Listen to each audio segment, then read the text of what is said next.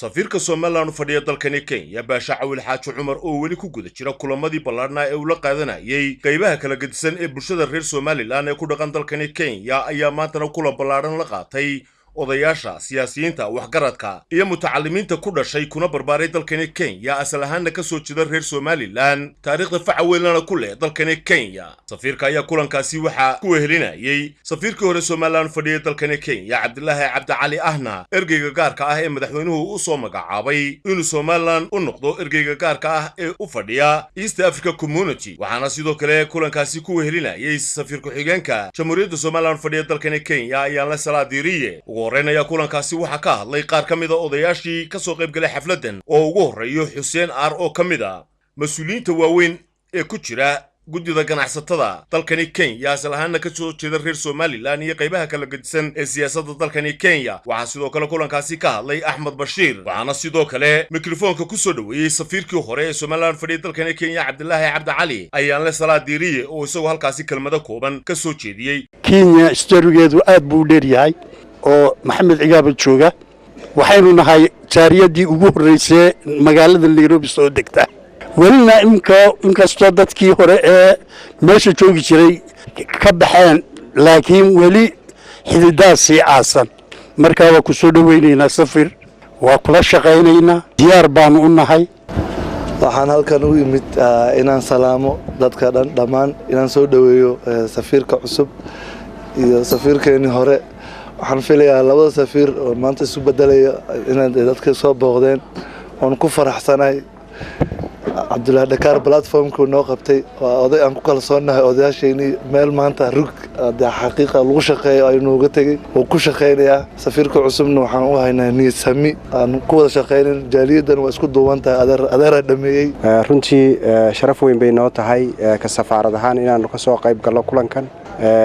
aan doonayno inaan jaaliyada isku baranno hadalka intiisa badan waxaan u daynayaa labada safiir baa oran doona waxaan ku soo dhaweynayaa iminka safiirkeenii hore dalka Kenya Ambassador Cabdilaahi waxaad noo qabataan safaaradda aad gacan nagu siisaan waa wax aad ayaan ama baashi ma la siin waxa weeye wax adigu Soomaaliland aad siiso wax ka dhaxeeyo weeye waxa weeye amaanta iyo sharafta aan keeni doono waa sharaf ay Soomaaliland leedahay maaha sharaf uu nin iska leeyahay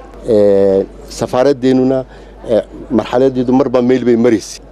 meeshii hadda ugu fiicneed maraysa safiirka cusubna wuu ka sii wadaya meel ka sii fiican buu sii gaarsiinayaa waxaana ugu dambeyntii hadallo wacyigelin dardaaran iyo ujeedada shirka ku saabsan ka soo jeediyay safiirka Soomaaliland fadhiya dalkani Kenya Baasha Cawil Xaaji Cumar sida uu Xuseen iyo odayaashii horeeyay sheegeenna kulankeena runtii kulan barakeysan weeyaan waayo culimadii dalka ugu waaweyneed Jamhuuriyadda Soomaaliland baa inoo joogta maanta oo inoo timi oo inoo ducaysay oo inoo dardaarantay marka mar haddii wax waliba bilowgeeda leeyihiin bilowgii sida inoogu bilaabmay oo wanaagga inoogu bilaabmay insha Allah taala wanaaggaas aynu ku soconaynaa oo inoogu dhamaanaysa oo aynu ku wadanaynaa haddii Allah idmo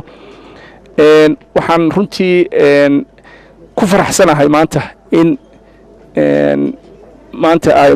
mujtamacii reer Soomaaliland jaaliyad ahaan iyagoo isu dhan oo mid ah aynu halkan isugu nimi oo ay maanta aynu ku kulanay marka anagu kulli siyaasadda aynu ku soconnaa maanta madaxweynaha nagu hagaya madaxweyne Muuse Biixi Cabdi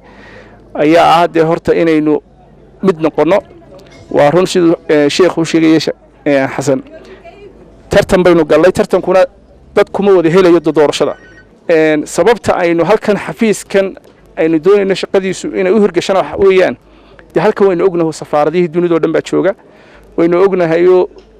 kan marka laga hadlayo igad ama ha noqoto ama xafiisyadii kale ee safaaradaha ee siyaasadda Soomaaliya gacanta ku yahay ha noqotee halkan gidigood joogan haday noqoto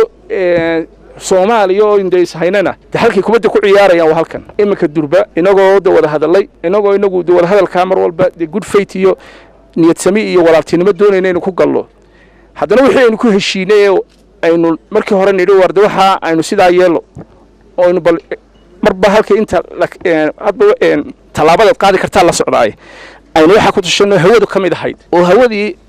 markaa ahayd barnaamijyadii wada hadalka ahayd ee Soomaaliya ku socdeen waynu aragnaa waxa ka socdo waa taa xamar la geeyay wixii lagu heshiiyay inta la dhaafay la qaatay wixii waxaynu arkaynaa waraaqaha inta wasiirka qorshaynta Soomaaliya intuu qoray hay'adihii donorska ahaa waxayna siinayay